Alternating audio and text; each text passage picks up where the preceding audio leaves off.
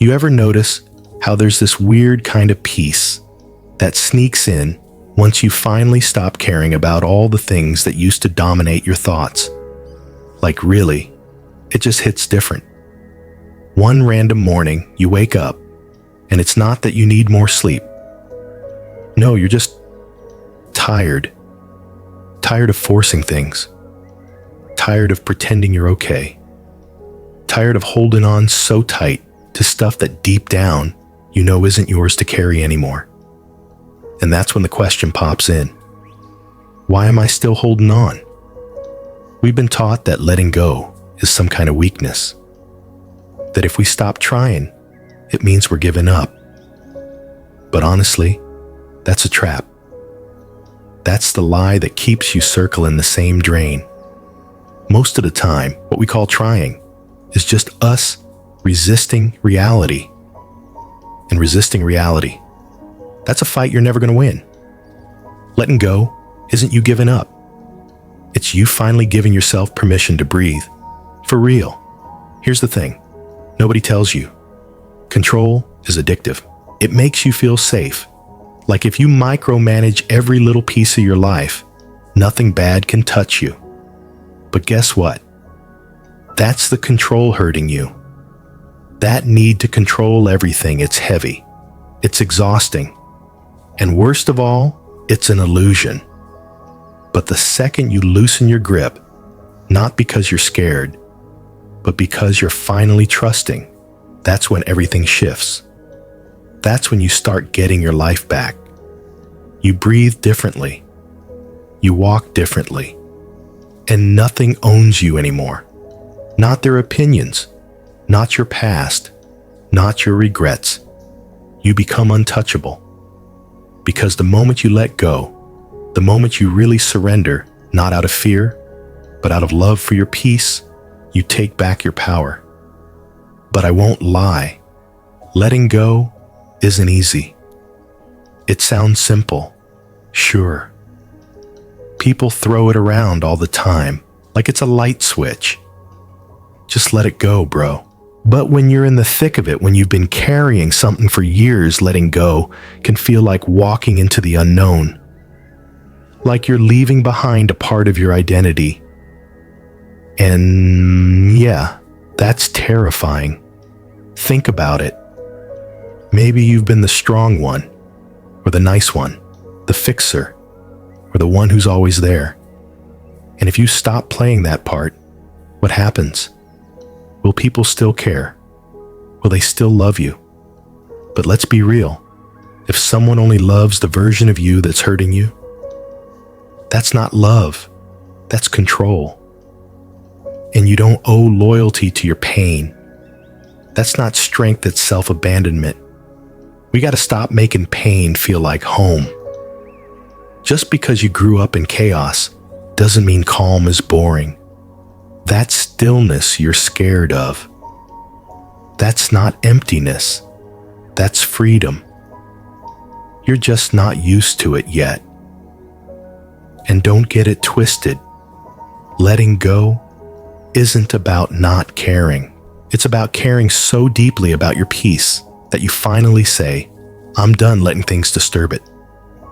You stop chasing drama. You stop replying just to be polite. You stop saying yes when everything inside you is screaming, hell no. That's not being rude.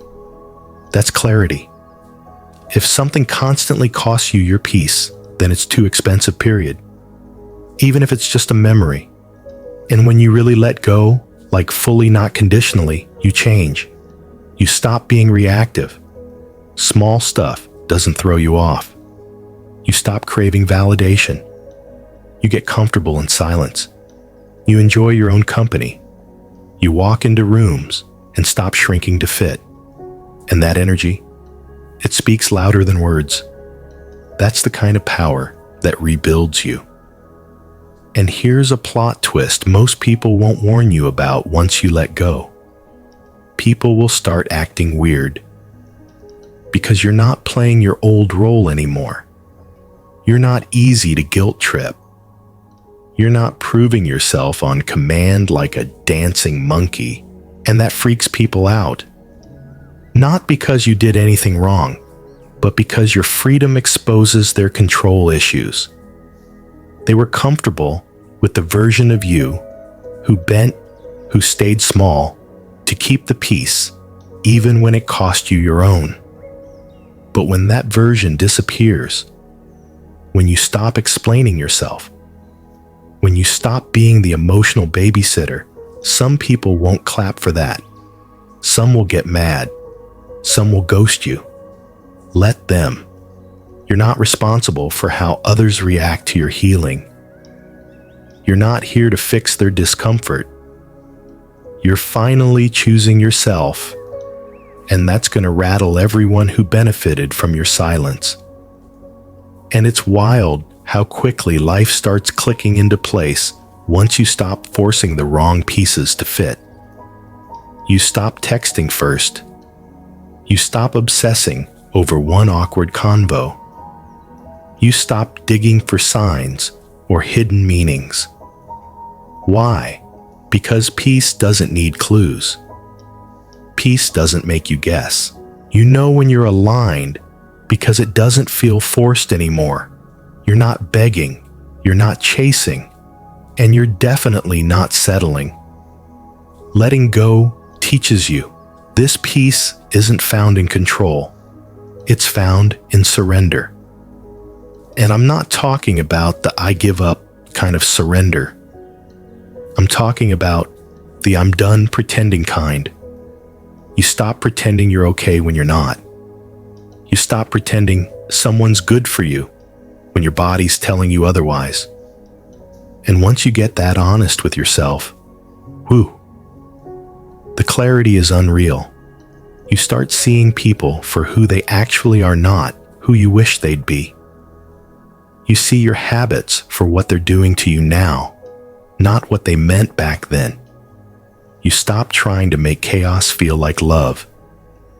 And in its place, stillness, space, peace. At first it's weird, quiet, maybe even lonely. But stay in it long enough, and you'll realize that's where your power has been hiding all along. I once knew someone, let's call her Sarah, who held on so tight it nearly broke her. From the outside, everything looked normal. Actually, it looked great. Instagram smiles, cute dinner dates, laughs at parties. You'd never guess anything was wrong. But behind closed doors, it was war. Not screaming or chaos. No, it was worse. It was the silent kind.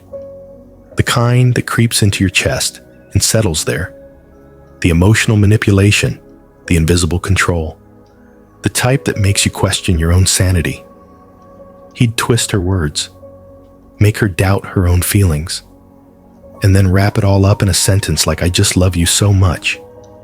Gaslighting, but dressed up as love. And she knew. She knew it wasn't healthy. But she stayed. She kept holding on, thinking maybe if she could just be better, just love harder, just fix herself, he'd finally love her the way she needed. So she became someone else. She was always walking on eggshells, always apologizing for things she didn't even do, replaying conversations in her head, editing herself before she spoke. Not because she wanted to, but because letting go felt like giving up. Like she was failing at a story she'd invested her entire soul into. That's what people don't talk about, the grief of letting go. You're not just walking away from a person. You're walking away from the dream. From the version of it you held on to. From everything you hoped it would be. But one day, something shifted. She didn't break down. She didn't yell. She just got quiet. Like something inside her finally snapped in the best way. No more begging. No more justifying. She packed a bag, left the key, walked out the door. No speech, no drama, just peace.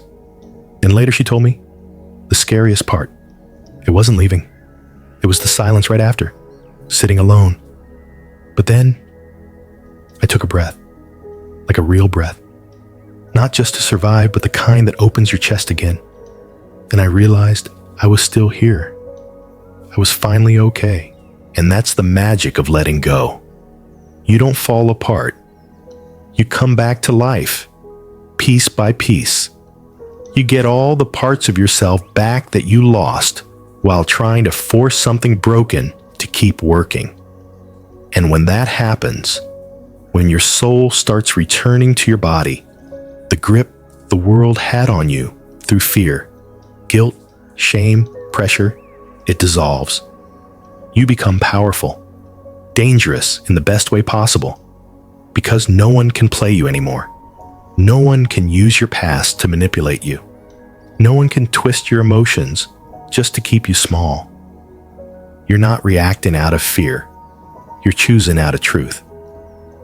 And that kind of self-trust, that's when nothing can control you anymore. But here's what no one tells you. When you finally let go, you don't just gain peace. You gain clarity. Suddenly, everything that used to confuse the hell out of you becomes ridiculously obvious. All the mixed signals, you see through them. All the stress you used to carry like a second skin. You barely recognize it anymore. You start looking back like, wait, how the hell did I let that happen for so long? But don't beat yourself up.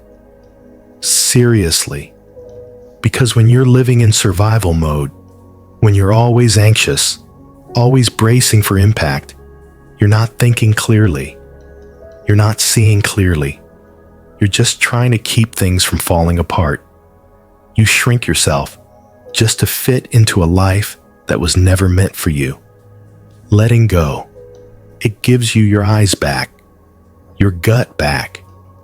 You stop second-guessing that little voice inside the one that's been whispering the truth for years.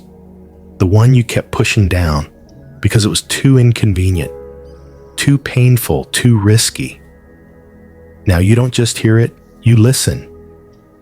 You stop needing a reason to walk away. You stop needing closure from someone who couldn't even offer you basic respect. You stop needing to explain your peace to people who only thrive in your chaos. And that changes everything. Because once you've tasted that kind of clarity, the raw, honest soul-level clarity, you can't unsee it. You can't go back. You can't reattach yourself to the thing that broke you. You become someone else. Not louder, not colder, just unshakable. You don't get pulled into drama anymore. You're not triggered by silence. You're not desperate for a text back. You're not afraid of someone leaving you. Because now, you know anything truly meant for you won't require begging. It won't make you question your worth. You stop operating from fear. You start moving from wholeness. And when you live from wholeness, you attract differently. You speak differently. You walk differently. There's a calm in you now, a stillness that wasn't there before. And people notice. They look at you and wonder what changed. And the answer, you let go. And now nothing owns you. The wildest part. Once you're no longer controlled, you start noticing all the subtle little ways life used to pull your strings. Like how you used to reach for your phone first thing in the morning, before you even said good morning to yourself, already handing your peace over to the world before your feet hit the floor. Or how one person's mood could ruin your entire day just because deep down you still thought you were responsible for how they feel. Or how you'd say yes with a polite smile while your chest was tight and screaming, please say no. Yeah, that was control too. It's sneaky. It doesn't always show up as a big, loud demand. Sometimes it wears a mask. It looks like being a good person, like being reliable, like not wanting to disappoint anyone. But the longer you play those roles, the more normal they feel. Until suddenly, you can't even tell the difference between people-pleasing and genuine kindness, between obligation and love. That's the trap, and letting go. That breaks the pattern. But here's the uncomfortable truth. When you start breaking patterns, life gets weird, like really weird. It gets uncomfortable, then quiet, then suddenly clear. That's the middle no one talks about. The hallway between your old identity and the new one, where you've slammed the door shut on what wasn't working, but the next door hasn't opened yet. It's disorienting. You're standing there feeling like, who even am I right now? And it's lonely. It's quiet. It's unfamiliar. That's the part where most people run back. Back to the relationship. Back to the habit. Back to the role. Because even though it hurt, at least it was familiar. But if you can stay in that quiet long enough, something starts to shift. You realize you're okay. You realize the fear that kept you stuck wasn't some unmovable wall, it was just noise. You realize you don't need nearly as much as you thought. You realize that peace isn't found in fixing every single thing. It's in accepting what's already true. And little by little, life begins to rebuild. Not through hustle, not from force, from alignment. You start connecting with people who don't drain you. You start doing things that don't leave you empty. You stop rushing. Stop proving. Stop pretending. And what you build this time, it's real. It's not built on guilt, or fear, or desperation to be chosen. It's built on you, on who you've become, not who you had to be just to survive. That's the miracle of letting go.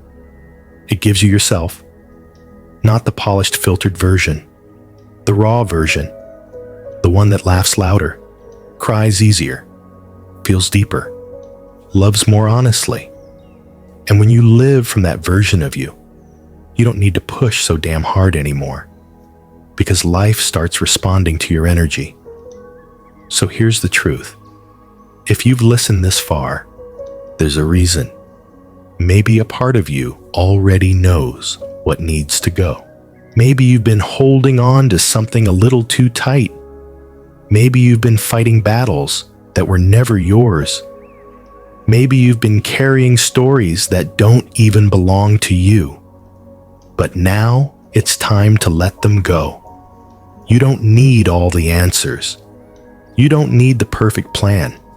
You just need one honest moment with yourself, one deep breath, and a decision. So here's what I want you to do. Go to the comments and drop one thing, just one, that you're ready to release.